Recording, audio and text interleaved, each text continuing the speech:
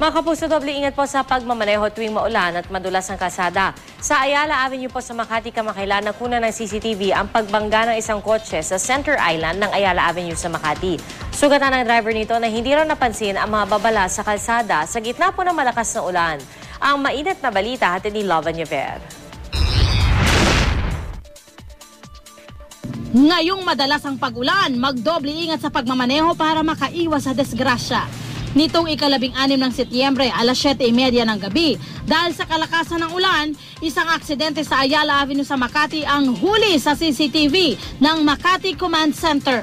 Ang mga sasakyan sa kanan ay galing sa Buendia at papunta sa Makati Avenue. Sa bandang kanan ay mapapansin ang mga puting pahalang na linya sa gitna ng kalsada. Ito ang mga road hazard warning lines na nagsisilbing babala sa mga motorista na umiwas sa bahaging ito. Pero isang puting kotse mula sa hanay ng mga sasakyan ang tila hindi napansin ng traffic road sign dahil sa lakas ng ulan. Dumere-derecho ito. Ang resulta, bumangga sa Center Island ang puting kotse. Halos nayupi ang bumper ng kotse at nagtamo ng bukol sa ulo ang driver dahil nauntog ito sa manibela. Agad namang dinala sa ospital ang driver at nakalabas din ng araw na iyon. Naharap sa reklamong reckless imprudence resulting in damage to property ang driver ng nasabing sasakyan.